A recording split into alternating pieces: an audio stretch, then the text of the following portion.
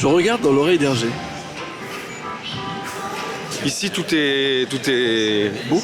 Non, tout est Tintin. Ah oui. Ouais, c'est vrai. Bonjour tout le monde. Qu'est-ce qu'on fait là, Aurélien? Eh bah, on va à Angoulême. On va à Angoulême au festival de la bande dessinée pour notre podcast qui est le meilleur podcast bande dessinée de l'univers, La Vignette.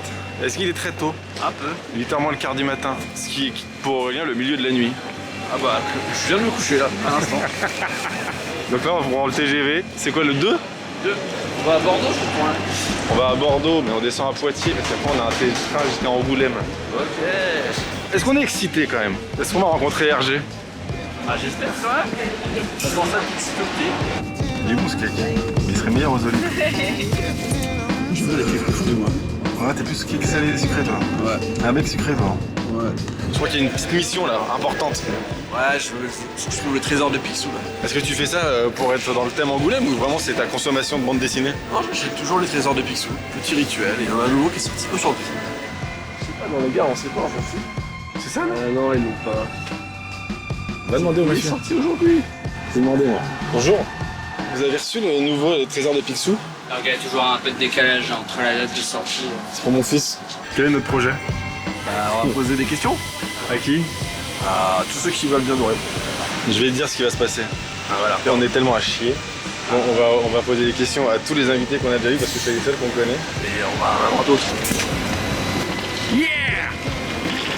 Alors, Bah, bien arrivé à Tombouctou, on a mis 8 heures, c'est pas mal. C'est vous qui faites le meilleur podcast BD de l'hiver? ouais, c'est nous. Et tu sais que ça là, c'est filmé, c'est la première fois que ça nous arrive. C'est vrai. Ouais. Dans le train, j'arrêtais pas d'entendre vos voix, ça me rendait dingue, je savais pas si j'avais mes écouteurs ou pas. Ah ouais? On a C'est dit. vraiment cool ce que vous faites. Merci beaucoup. Alors quel plaisir. On n'a pas dit trop de conneries, j'espère. Bon, si, mais c'est ça qui est bon. C'est la première fois qu'on se fait reconnaître en tant que podcasteur de bande dessinée. Bah, c'est vrai ça. Donc le gars nous a entendu parler dans le train, il a reconnu nos voix. Incroyable. Mais ça y est, hein. Eh, c'est la BD là. Il y a un menhir, mon gars. Il y a des menhirs partout, ils sont fous les gars ici. Qui c'est le mec qui a décidé qu'Angoulême c'était capitale de la BD? Bah, c'est Gérard Angoulême. C'est le mec qui a fondé la cité en 1402. Et il a fait un dessin. Voilà. T'es un fan de Tintin? Ouais. Il y a Homme Papa là-bas. Mais je pense que c'est pas Goscinny qui a dessiné. Qu'est-ce qui se passe, Aurélien? On cherche à imprimer nos accréditations, parce qu'on l'a pas fait avant, vu qu'on n'a pas trop préparé cette partie-là. Quand tu dis cette partie-là, on a préparé laquelle du coup? Bah tout reste quand même. Attends, j'ai un producteur avec moi, on a loué de bagnole, on sait pas où on dort ce soir. Et on a un circuit là, virage chicane. C'est un petit virage important là, ça peut être un moment de blocage. Ici on a vraiment une grosse chicane où là ça peut être un gros problème pour notamment Charles Leclerc. Je pense qu'on va aller à l'hôtel de ville. On nous a donné un bon tips pour imprimer. Les accréditations. Yes. Donc maintenant, on n'a plus qu'à avoir un programme. En vrai, on est venu que pour avoir un pass Ouais. presse à Angoulême. C'est juste un rêve de gosse. Et on va faire des petites expos. Ouais. En fait, est-ce qu'on peut dire que ici tout est remixé à la sauce bande dessinée? Ah ouais, regarde cette bagnole. Ouais. On va aller voir l'exposition Chris Ware, qui est un auteur américain qui fait des tout petits dessins. Pas très bon, un peu nul. Il est exceptionnel et c'est très dur à lire. Et pour la petite anecdote, c'est en lisant Chris Ware que j'ai pris rendez-vous chez l'opticien pour me rendre compte que j'étais hypermétrope parce que je suis vieux. Donc là, on va à l'espace Franquin. Franquin qui est un des plus grands auteurs de bande dessinée de la BD franco-belge de tous les temps.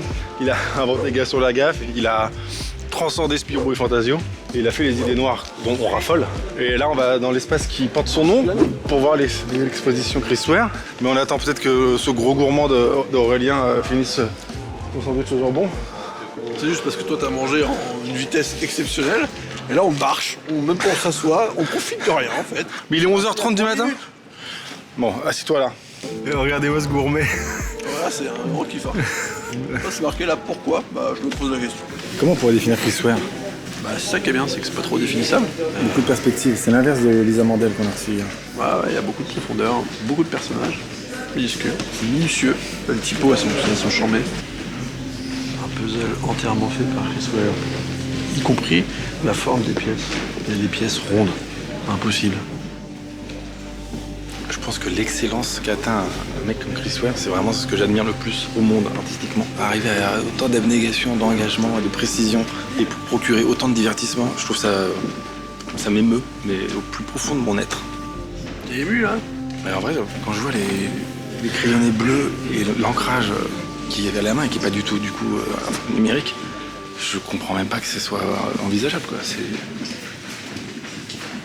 C'est fou. Ça va? Je regarde la programmation de la partie projection et je vois qu'il y a un documentaire sur Black et Mortimer qui ont 75 ans cette année ou l'année dernière, samedi 19 à 11h. Et là, il y a Aslak qui me dit chiant.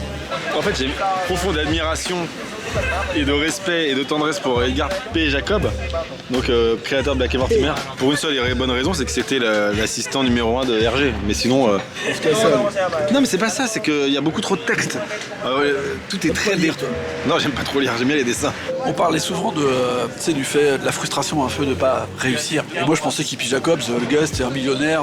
Pas du tout. Hergé lui redemandait très régulièrement de refaire des décors pour lui. Et il disait Nick, moi j'ai mes propres BD, c'est Black et Mortimer, je vais les faire. Et en fait ça rendait pas de fou à l'époque. Et il a vécu un peu dans une certaine frustration, surtout à la fin. En bref, il disait que ça ne plaisait plus qu'à une partie de gens assez élitistes. Et je trouve ça fou parce que maintenant Black et Mortimer est souvent mis en tête de proue de la bande dessinée à papa avec Tintin, Astérix et Lucky Luke, quoi. Comme quoi, en disant ça, on casse des verres. On a été voir Chris Ware, on a fait un sonore de notre podcast de merde. Wow. C'est pas un podcast de merde, je retire ce que j'ai dit. Ah. On va aller voir ce truc là, je sais pas ce que c'est, mais il y a écrit Para BD. Pour acheter tes tirages à 10 balles. Du coup, on va rentrer là-dedans. Et on va filer des flyers de la vignette. Tu fais des flyers. C'est quoi? Ce gars Aurélien là, il passe son temps à ingurgiter des aliments. Il passe ses journées à faire ça. Et je pense qu'il n'y a pas eu un quart d'heure où il a pas avalé un truc. Ah bah j'ai faim, hein. J'ai un petit flan pour plus tard. Oui, évidemment, parce que sinon il risque de tomber dans les pommes s'il mange pas dans les prochaines heures. Là on se dirige vers le monde des bulles. Qu'est-ce que c'est le monde des bulles? Salut tout le monde. C'est les grands éditeurs, ils sont là. Rien à voir avec les jacuzzi du coup. Que dalle. On va aller voir les exposants, les auteurs, et puis nous on est quoi, nos exposants ou auteurs? on y a tout ça. Allons-y. Pour rien, notre mission elle est ici en fait. Il faut qu'on filme des flyers à chacun des stands. Ok. Pour qu'ils nous envoient d'une part des BD gratos pour remplir notre bibliothèque gratuitement, mais aussi pour qu'on ait des invités. Est-ce qu'on n'irait pas commencer par Delcourt? On les a beaucoup reçus dans la vignette. Hein. En fait, les stands d'édition, c'est des magasins de BD. Ouais. Et pour voir les auteurs, il faut faire la queue, quoi. Pour l'instant, oui. Mais on va trouver un petit. On vient de sortir du stand là avec tous les mastodontes de la bande dessinée française. C'est un gros délire quand même. C'est un délire, ouais, c'est un délire. Franchement, je respecte à fond les auteurs, ça va être quand même assez dur. Faire des dédicaces pendant 3 heures, dessiner, un temps parler avec des gens qui ont attendu, donc ils ont forcément les attentes et tout, c'est un peu chiant. Bravo, bravo les auteurs et autrices de se plier à cet exercice. En vrai, pour vous donner une idée, c'est un peu comme si vous alliez à la Fnac des Halles un samedi après-midi, un jour de dédicace, sauf qu'au lieu d'avoir un auteur, vous en avez 25. Du coup, on remonte vers le stand des boîtes d'édition un peu plus... Regardez. Le 5, nous. Ouais, mais je regardais parce qu'il y a aussi l'expo de Blin et de Haute-Picot, qu'on pourrait y aller quand on a du temps. Après, en tant que fan de BD, c'est vraiment un endroit qui fait plaisir. Ah ouais, il y en a partout. N'importe quelle boutique de godasse met un poster de Tintin sans aucune raison valable. Mais c'est bien. On est avec Quentin de la boîte à bulles. Salut. Grâce à lui, on a rencontré Aurélie Kropp, qui on avait reçu dans la vignette. Qu'est-ce qui se passe? Écoutez, je vous présente des livres, notamment Fresh, que je vais vous donner tout de suite. Voilà, c'est ça qu'on est venu pour ça. Fresh, c'est une super belle BD qui est sortie il y a quelques semaines. C'est une BD du coup de Marguerite, qui est une jeune autrice, c'est sa première BD, et qui nous parle du coup du passage à l'âge adulte, du regard des autres, du fait de vouloir être quelqu'un, de vouloir exister au regard des autres. C'est une BD très intime et très belle. Parce que la boîte à bulles, c'est avant tout un éditeur de bande dessinée indépendant. C'est ça. Et qui parle de trajectoire de vie essentiellement. C'est ça, exactement. On parle de récits de vie, de biographie, autobiographie, d'histoire aussi, de grandes personnes historiques. Voilà. Et ben voilà. Vous allez voir Aurélie. Merci en tout cas. Merci beaucoup. Merci à bon festival. Qu'est-ce que je fais? aussi aller devant une caméra que derrière un micro. Ah putain, t'es en train de filmer, mais non, je déteste. Aurélie Kropp est une de nos invitées dans la vignette. Ça y est, je suis la timide maintenant. Allez écouter son épisode de la vignette qui est très très bien. Elle a fait un super bouquin qui s'appelle Comme une comète, où elle parle de son histoire et de celle de son fils. Et c'est une très belle bande dessinée. Lisez-la. Je regarde dans l'oreille d'Hergé. On dirait qu'il est dessiné par Louis d'Argent. C'est un gros pif. Non, je sais pas, il est... C'est le nez d'Hergé. Il avait du pif. Ici tout est beau. Non. Tout est Tintin. Allez. Qu'est-ce que c'est que cette fresque? Eh ben écoute, c'est la fresque en hommage à René Goscinny. qu'on peut voir d'ailleurs là, dessiné par Catel. Et on y voit le petit Nicolas, créé avec Sampé, Astérix, créé avec Uderzo, Lucky Luke, créé avec Maurice, sachant que Maurice a fait une grande partie du boulot au début, et Is No Good. Catel, grand nom de la bande dessinée féminine. Ouais, exceptionnel. Mon Astérix préféré, j'en aime beaucoup. Évidemment, c'est forcément un de ceux avec Goscinny. J'aime bien Astérix chez les Helvètes par exemple, chez les Corses. Le chaudron de Sesterce. J'aime bien quand ça voyage en fait. Et en même temps, j'aime beaucoup le devin. Devin, super. La Zizanie, super. Zizanie, super. Obélix et compagnie, super. Moi, mais bref, le domaine des dieux. Domaine des dieux exceptionnel. Et après, je trouve que ça commence à rentrer dans le dur à partir d'Astérix et Gladiateur et surtout le Tour de Gaulle. Viens, on monte avec eux. Je suis avec Aurélien, il est un peu crevé. On attend maintenant, le gars du Airbnb nous ouvre. Sauf que... bref. Ouais, il n'y a pas de Airbnb. Il nous a dit qu'il serait chez lui à 19h, mais ça veut dire que... je suis perdu en fait. Je sais pas où j'en suis là. Je pète les plombs. Donc je sais pas, on va aller à la voiture qu'on a louée avec nos mini-sex, tout refroidi par le froid. Je pense qu'il fait 4 actuellement en ressenti. Et on a une belle vue quand même, regarde-moi ça. On a fait pas mal d'interviews, de mini-interviews. Je pense que le podcast va être cool. On n'a pas fait beaucoup de réseaux, pas autant qu'on aurait aimé. C'est une grosse machine, hein. Donc vaut mieux arriver à trouver des contacts soit avant, soit directement avec les auteurs ou les éditeurs en dehors du festival. Parce que par contre, il y a tout le monde, quoi. On croise beaucoup de gens. Alors on a récupéré l'appartement, le Airbnb. Et il y a le gros patapouf qui a pris tout le canapé. Patapouf! On est un peu loin du centre-ville, donc d'où l'intérêt d'avoir une voiture. Mais heureusement qu'on a une caisse. On va y retourner. Il y a un restaurant qui s'appelle le Lotus Bleu, j'ai envie d'y aller. Mais il y a aussi une soirée Métal Hurlant. Donc il y a où on va manger des nems au Lotus Bleu, ou on va à une soirée Métal Hurlant. On va faire les deux. C'est un apéro, Métal Hurlant. Après, on va les manger. Bon, demande à Aurélie s'ils y sont toujours. Aurélie Kropp qui est une autrice et c'est un peu notre seul contact amical sur ce festival. Nous on pensait vraiment arriver comme des gros winners à être invités partout parce qu'on est le podcast La Vignette. Au final on connaît que Aurélie Kropp qui est nouvelle dans le métier et donc qui est gentille avec nous. Mais sinon franchement on est méprisés. Hein. J'ai bien résumé la situation, non? Magnifique. Je trouve ça exceptionnel ce qui se passe. Tous ces trucs autour de la bande dessinée, mais ça me fait plaisir. Oh là là. Trop bien. Astérix. Bah allez, bien sûr. Ah, c'est super. Salut Angoulême, c'est le deuxième jour. On est au Airbnb avec le capitaine Nemo, Aurélien. Et on se rend compte qu'hier on n'a vraiment rien fait, on est nuls. Du coup Aurélien est en train de refaire le planning. Quel est le programme alors? Eh bien écoute, pas mal d'expositions, j'ai envie de dire. Pour aller vers le vaisseau Moebius, pour aller voir l'expo de Christophe Blain, de Haute Picot. Il y a un pavillon, on a carrément pas vu la moitié du truc alors qu'on y est allé 4 fois, donc je pense qu'on est nuls. Et il y a aussi l'expo Goscinny, qui est plus vers le musée, donc un peu en dehors, mais c'est vrai que vu qu'on n'a pas trouvé la navette... Un mot pour définir Goscinny? René, son prénom. Pilote, parce que c'est lui qui pilote un peu tout plein de séries exceptionnelles, et en même temps pilote parce que c'est le magazine où il écrivait, le journal. J'ai raté l'ascenseur. On a loué ce véhicule et regardez, ça va s'ouvrir tout seul, c'est la technologie mais ça m'éblouit. Oh là là. Oh là là. Bon elle est dégueulasse à cause du sable du Sahara mais c'est une belle bagnole. Tu peux dire un truc du coup maintenant que ça filme. Alors bah là pour le coup c'est parti. Il faut envisager de fermer sa ceinture de sécurité pour qu'elle ne se bruit infecte. J'ai l'impression quand même que Angoulême ça peut être un peu plus libre que ça, des ceintures, pourquoi faire, je ne comprends pas. Mais bon, ok. Attention, je vais essayer de mettre ma ceinture en même temps que je porte le truc, et voilà. C'est clairement Koh-Lanta pour moi là, c'est... Beaucoup de suspense. Est-ce que je vais arriver Wouhou! Alors on est clairement dans la banlieue d'Angoulême, autrement appelé Bordeaux. On a loué une voiture pour économiser 40 minutes de marche tous les jours. Est-ce que ça vaut le coup? Oui, quand même, parce que c'est vallonné et tout. Et puis le soir il fait très froid. Donc, putain, qu'est-ce qu'il fait froid dans Angoulême, c'est fou. Hein. Rien à voir avec la saison qui est encore l'hiver, mais c'est la ville qui est comme ça. Oh ouais, la ville est froide. Je sais pas du tout où je vais. Je te le cache pas. Je suis ces bagnoles en pensant que tout le monde va à Angoulême. On s'est garé. Allez, maintenant on cherche l'endroit. On est sur les remparts. Ah bah on est à l'autre bout de la ville si tu veux. C'est vrai ou pas? Bah là on est là. Ouais. C'est là le festival. Et là où Ça on va, va aller, ça va. c'est là. Eh bah donc on va par là. Ok, donc là on est vraiment dans le rayon qu'on a loupé hier quoi. Tout à fait. Et il est énorme. Mais en fait il y a surtout tellement de BD qui ont l'air charmés et qu'on n'ira sans doute jamais que ça en est presque catastrophique. Ouais c'est vrai, c'est assez impressionnant.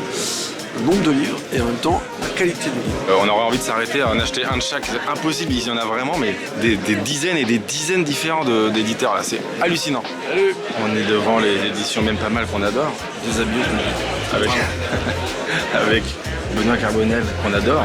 tout à fait. Qu'est-ce qu'il a fait ce super livre Apparemment, on adore. qu'on a adoré. Il est en train de, il est en train de dédicacer. On peut se le dire, mais notre kiff de BD, c'est ici que ça se passe. Bah clairement, maintenant qu'on a découvert le petit tunnel, Le petit on tunnel est dans secret. le bon endroit, c'est vraiment là où il y a tout quoi. Toutes les éditions qu'on aime bien, tous les auteurs qu'on aime bien. Ça veut pas dire qu'on n'aime pas les BD qui sortent sur des grosses boîtes d'édition, parce qu'il y en a plein qu'on adore, Ouais. et qu'on a reçus d'ailleurs. En fait, il y a des boîtes d'édition qu'on connaît pas, des livres qu'on ne connaît pas, et qui ont l'air trop bien, donc c'est vraiment hyper excitant. Beaucoup d'enthousiasme surtout, il y a quand même plein de gens sur les stands et on se rend compte à quel point il y a des passionnés de bande dessinée qui sont là. La mission maintenant, elle est clairement de trouver la navette pour aller voir l'exposition de Christophe Blain. Après, on voit jamais la navette. Attends, on va- Arrête.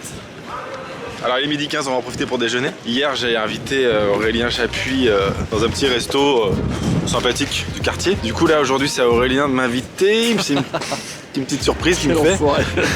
J'ai hâte de voir ce qu'il me prépare. Bah c'est des petits sandwichs, hein. On n'a pas le temps en fait. Angoulême c'est speed. Bah, on était au vaisseau Mobius.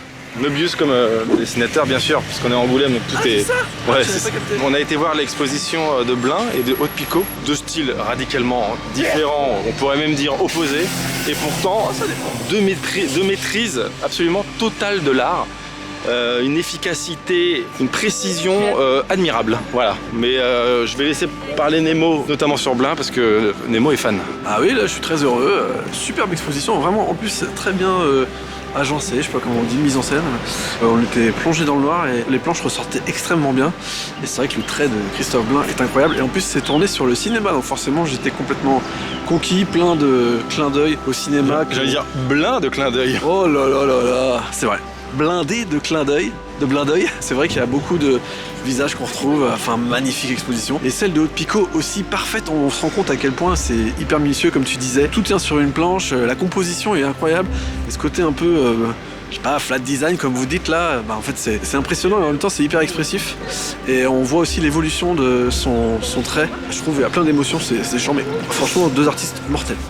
Et ce qui est important de souligner pour tous ceux qui dessinent un tout petit peu comme moi, les amateurs comme les professionnels, c'est que ce sont deux immenses artistes mais qui dessinent sur papier avec des stylos, ce qui peut sembler un détail mais qui est pas si fréquent aujourd'hui à l'ère du iPad et de la tablette graphique. Et on peut voir sur les esquisses, sur les dessins, des traces de Blanco, ce qui moi m'émeut terriblement. Voilà.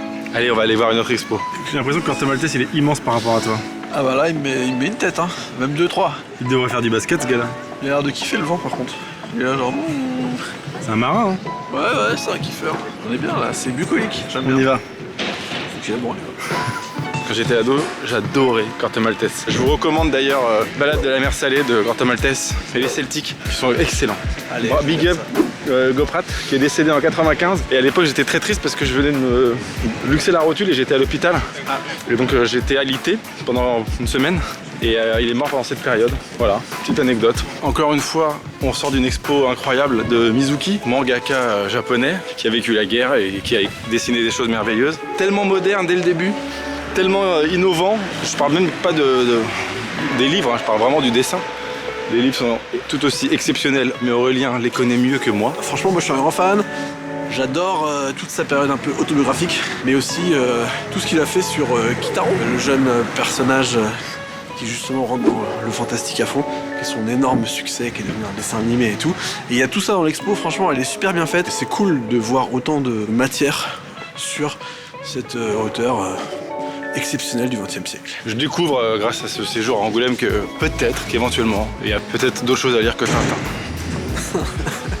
Non, blague à part, c'est que ça c'est vraiment cool d'avoir ces expos. Mais en fait c'est beaucoup plus cool que les stands, qui sont cool. Mais aller voir les expos c'est vraiment intéressant. Et il y a un truc qu'on n'a pas fait et qu'on commence à regretter un peu, c'est d'aller voir les masterclass des auteurs. Allez, rencontre les masterclass, ça a l'air cool quand même. Et ça on l'a pas fait parce qu'on est des... On est nuls, on a rien préparé. On n'a rien préparé. Voilà, c'est un peu le chaos, on se balade. On commence à bien connaître Angoulême. Qui est une jolie ville. Et le soleil arrive.